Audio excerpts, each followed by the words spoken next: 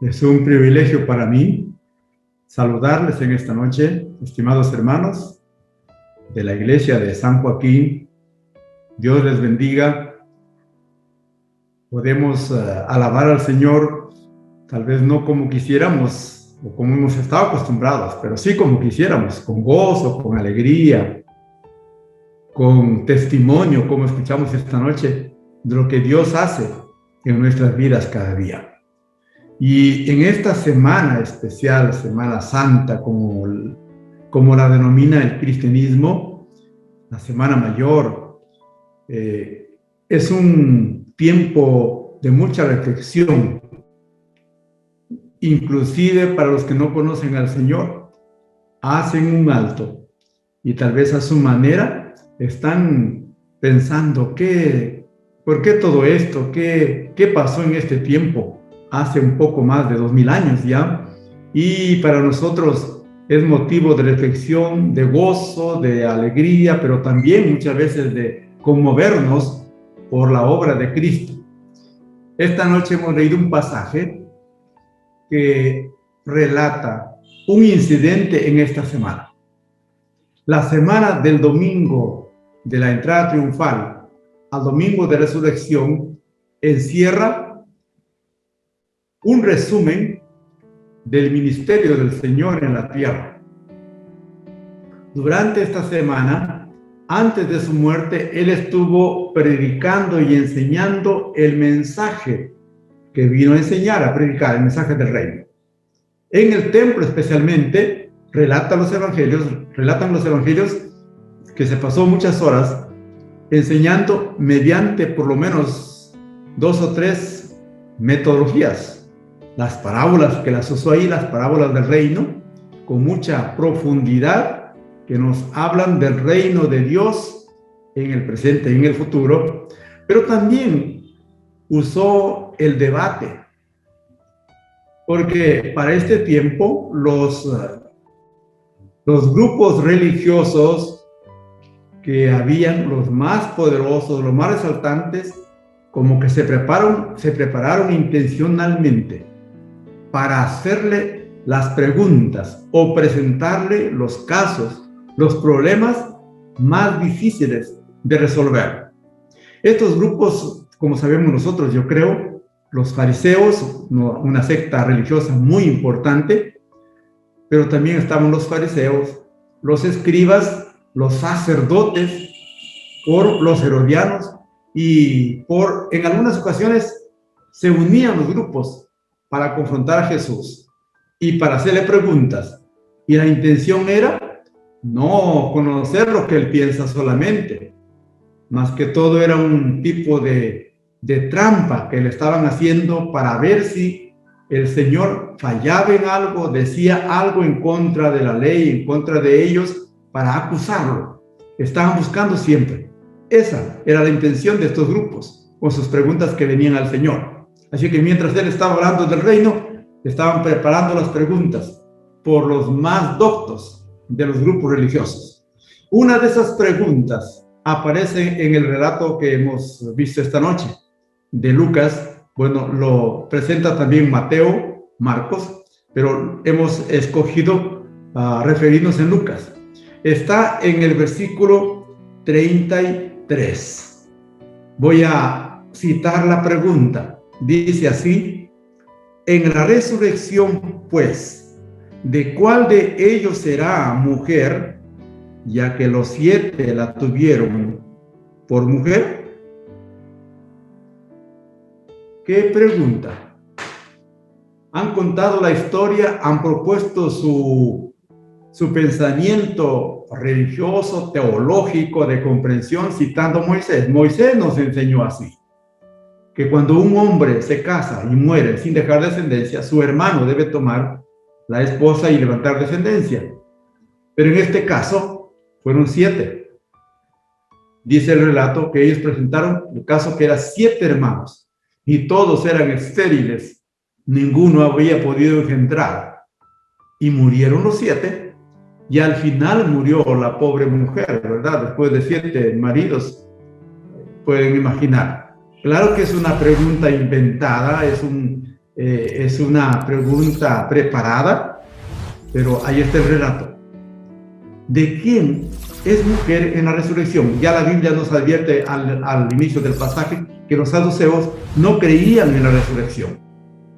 Estaba muy próxima la resurrección de Cristo, porque si era en esta misma semana, entonces ellos tal vez no comprendían, pero el Señor ya había hablado, había tocado el tema de la resurrección, de que Cristo va a resucitar, habían escuchado, y ellos van con esa pregunta muy grande. Y el Señor está consciente, mientras Él está enseñando, predicando en el templo, Él está consciente de que le esperan pocos días, pocas horas, para ir a la cruz y morir por nosotros, y ser sepultado. Pero está consciente también de que Él se va a levantar desde la tumba, porque sí, lo había anunciado en muchas ocasiones. Entonces está la pregunta allí, pero también Él está consciente de la carga emocional que tiene. No era fácil cargar el pecado de todos nosotros. La presión era tan grande, la presión emocional, pero la presión de las huestes del mal también estaba rodeando a Jesús, como lo vemos la noche de su arresto cuando está orando, ¿verdad? Entonces todo eso está envolviendo al Señor, pero el Señor escucha la pregunta con atención y no toma mucho tiempo para responder. El siguiente versículo dice que responde y les dice: entonces respondiendo Jesús les dijo, los hijos de este siglo se casan y se dan en casamiento. Esta noche vamos a aprender o vamos a recordar tal vez, basado en estos versículos, cómo responde el Señor. El Señor responde primero presentando que la vida humana tiene dos escenarios. El Señor les dice, miren, hay dos escenarios. El primer escenario es este siglo. Los hijos de este siglo, del tiempo presente, de este lado de la ribera. Lo que ustedes han descrito es cierto, pertenece a este siglo, pertenece a este lado, a esta edad, a esta etapa.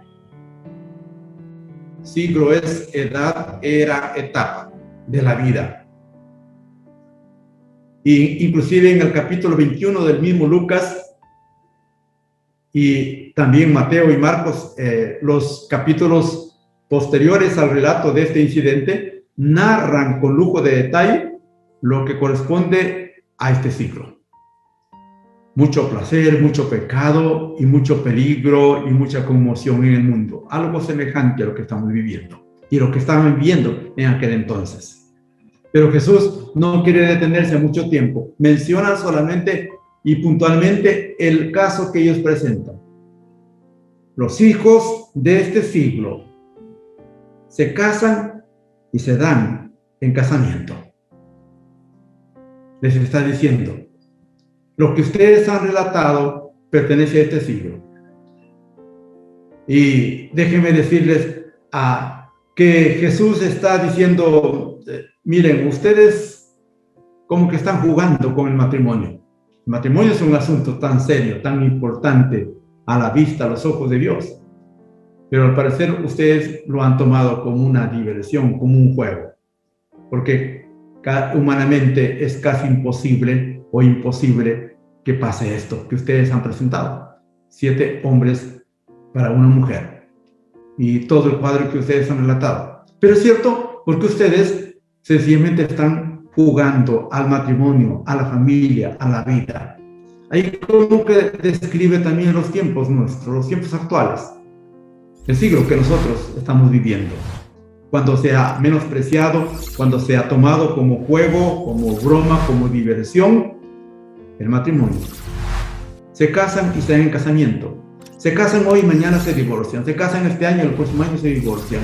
Y se consiguen otro hombre u otra mujer. Es decir, el matrimonio, así como dice el Señor, ha llegado a ser una diversión, un juego humano de este siglo, de este mundo, de esta etapa.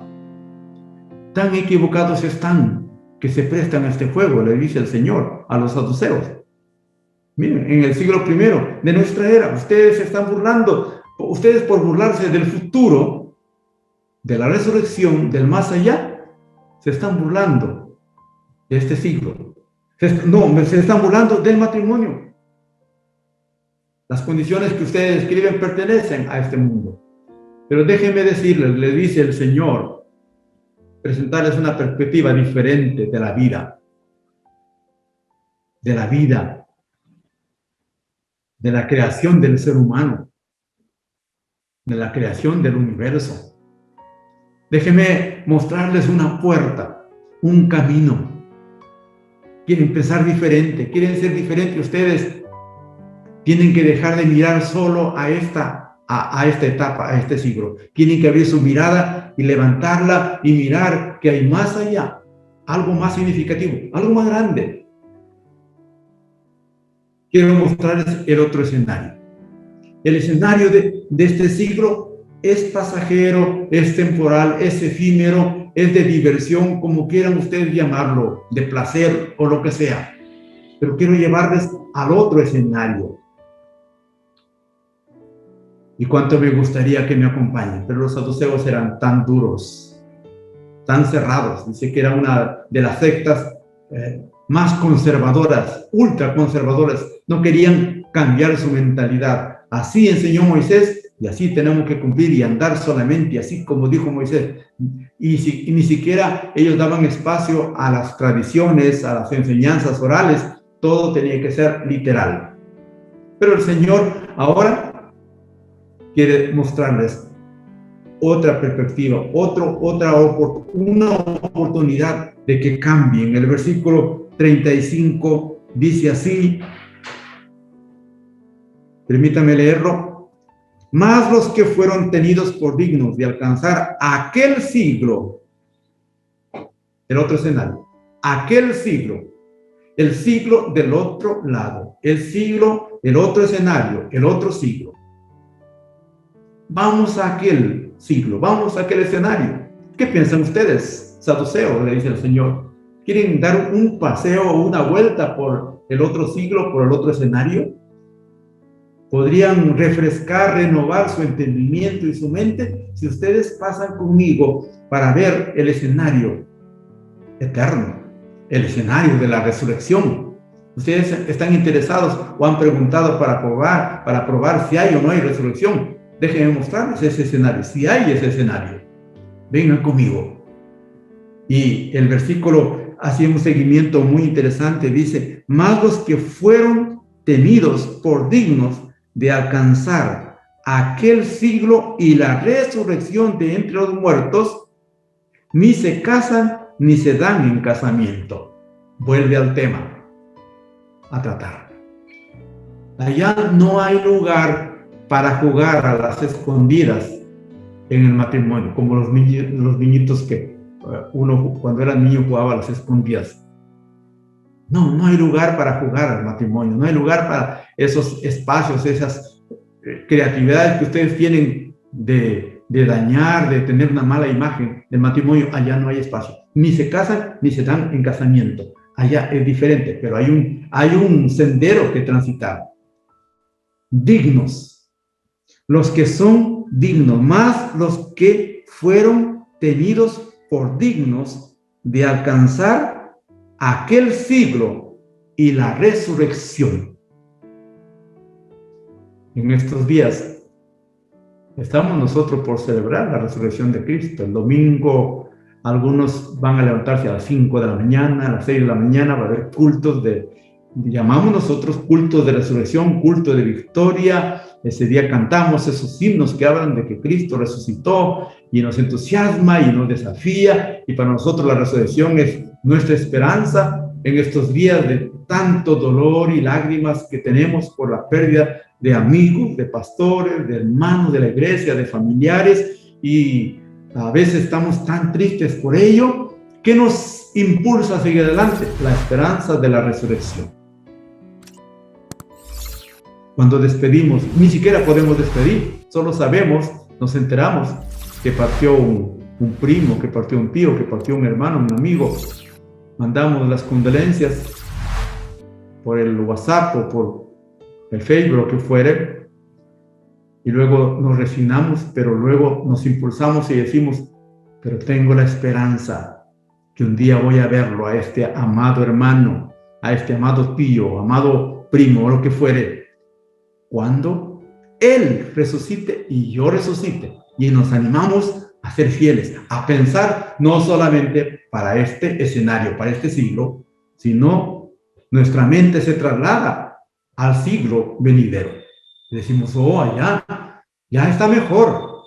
Aquí estaba sufriendo y murió por dolor, por que ya no pudo respirar, y eso nos hace sufrir. Pero luego viene, pero ya descansó de eso, ahora está descansado en los brazos de su Padre. Y la esperanza de encontrarnos con Él un día nos anima, nos impulsa, pero hay que caminar por el camino de la dignidad. Aquellos que se encontraron dignos.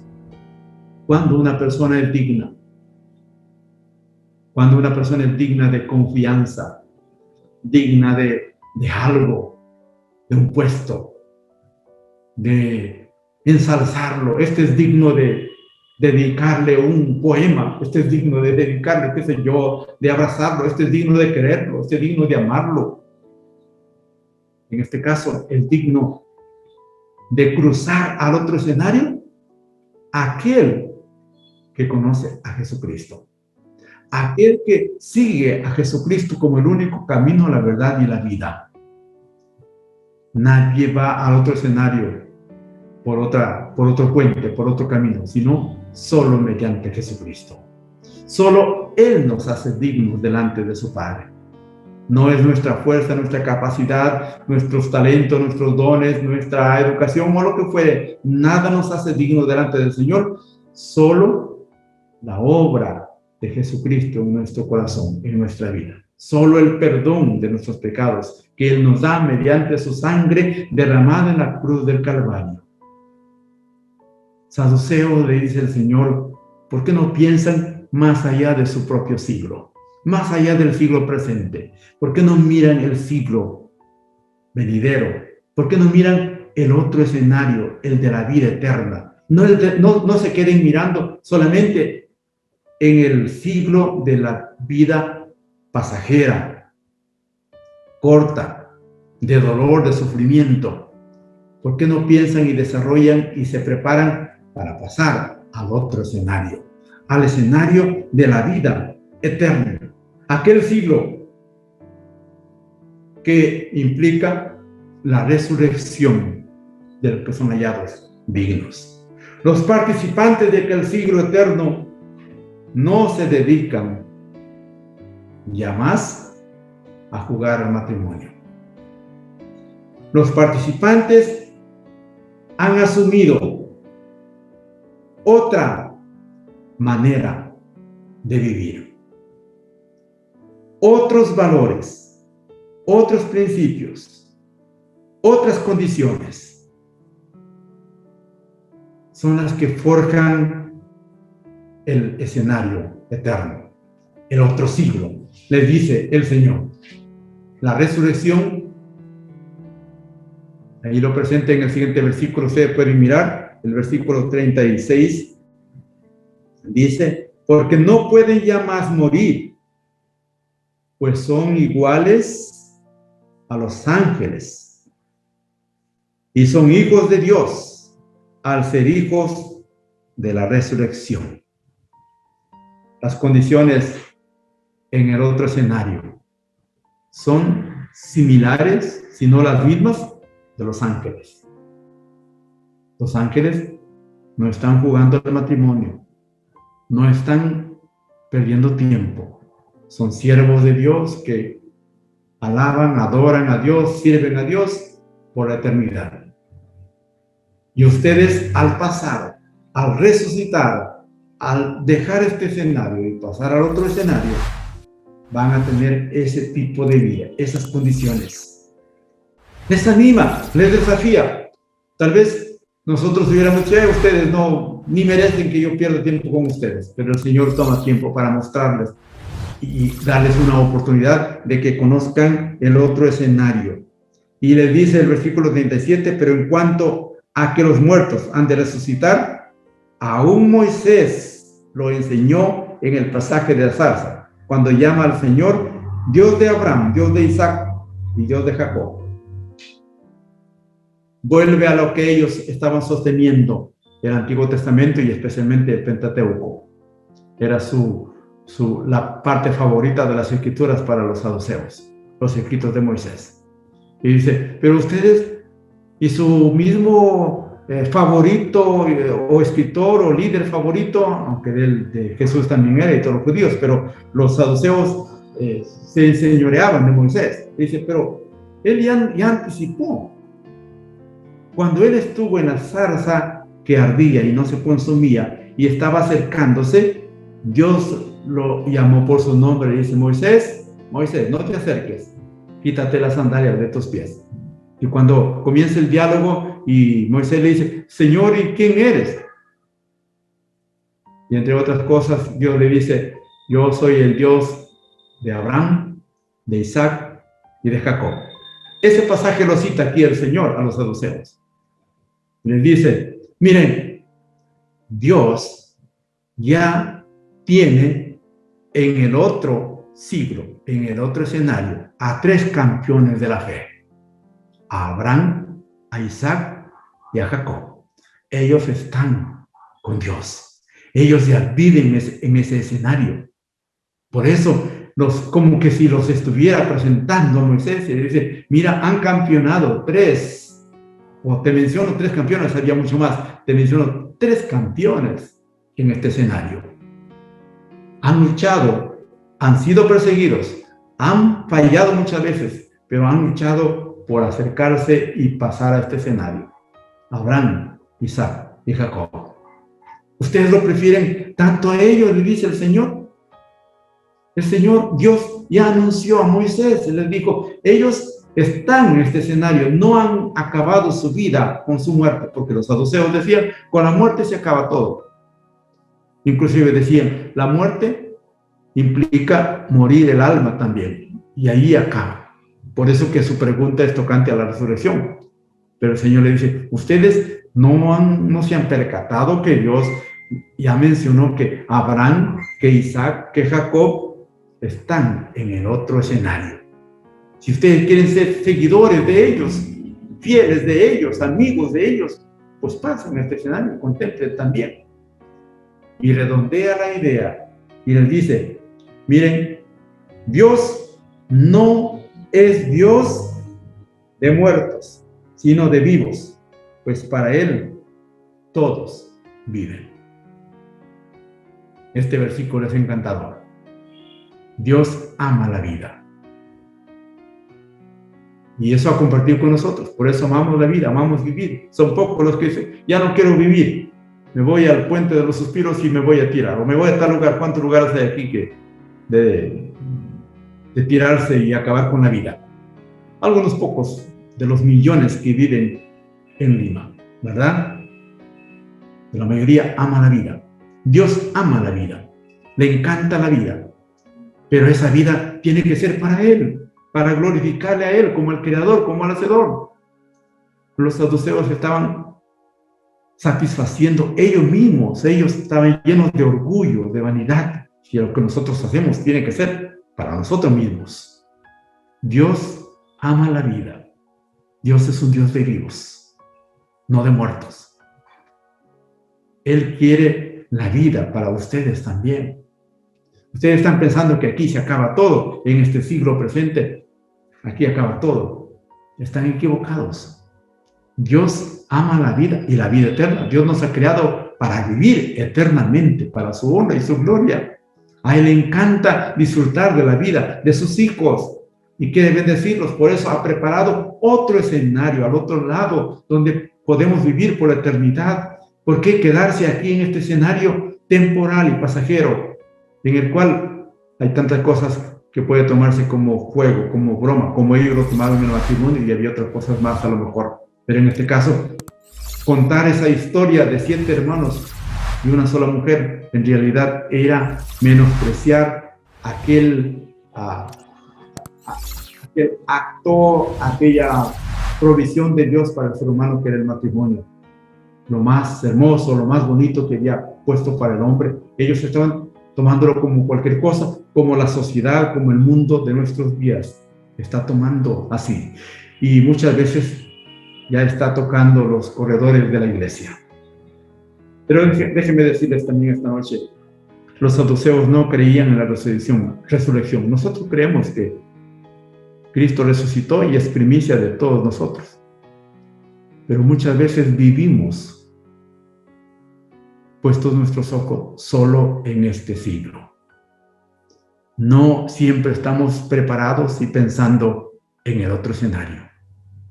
Y algunos abandonan la fe, renuncian, se cansan y dicen, no, ya dejo de ir a la iglesia y comienza a reemplazar el trabajo, el dinero, otras cosas a ocupar el espacio y la vida. Y terminamos solamente mirando, como los saduceos, a este siglo. Y no levantamos la mirada que el Señor nos está diciendo, ¡hey! Aquí está la vida eterna. Pasen a vivir con nosotros. Levanten su mirada. No se queden jugando a ese lado, entreteniéndose a ese lado. Levanten la mirada. Escuchen, vean que hay algo más para ustedes. La Biblia dice que al final ellos se callaron, no tuvieron más que refutarle al maestro. Más bien los fariseos que estaban allí, cuando vio que los avergonzó, como que ellos querían, bravo, contestaste bien. Eso era la dinámica de aquellos días, semejante a los días nuestros también, donde los grupos, más que todo políticos en estos días que vivimos, es una competencia de odio, de rencor, de resentimiento por todos lados. También para ellos, la invitación es a que no se queden solamente mirando en este escenario. Levanten su mirada y miren el escenario, el siglo venidero, el siglo de la resurrección, el siglo de la vida eterna, el siglo de la eternidad. Decía que tal vez muchos de nosotros podemos resultar perteneciendo solo a este siglo. Vamos a la iglesia, cantamos, quién sabe, hacemos muchas cosas por la iglesia, pero nuestra atención solo es para este siglo. Hay que estar atentos, despiertos constantemente, y para eso son estos tiempos de reflexión, de meditación en la palabra. Cuando vamos al templo, Señor, oye, háblame, necesito despertarme, parece que me estoy concentrando mucho en este siglo. Yo no soy solamente de este siglo, estoy de pase aquí, pero mi morada, donde voy a estar contigo, Señor, está al otro lado. Por favor, despiértame cuando me estoy durmiendo para este tiempo, para este ciclo. Ayúdame, Señor, a estar preparado para cruzar a la otra ribera. Dios nos bendiga. Déjeme orar un momento, por favor.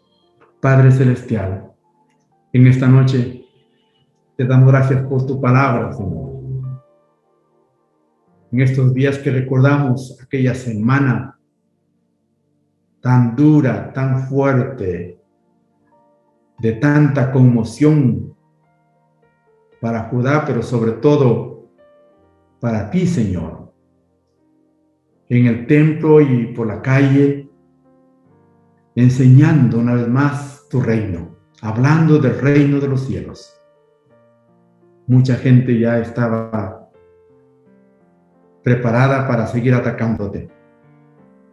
Lo hacían a través de preguntas tan difíciles para hacerte caer. Pero tú, Señor, eres el Dios grande, todopoderoso. Tenías la respuesta, y no solo la respuesta, sino tenías también esa perspectiva de mostrarles que tienen oportunidad de cambiar. En estos días, Señor, en este siglo, en el siglo XXI, en estos días de pandemia, en estos días de elecciones, cuando hay muchas presiones de toda índole, ayúdanos a la iglesia tuya a no olvidar que este siglo es pasajero.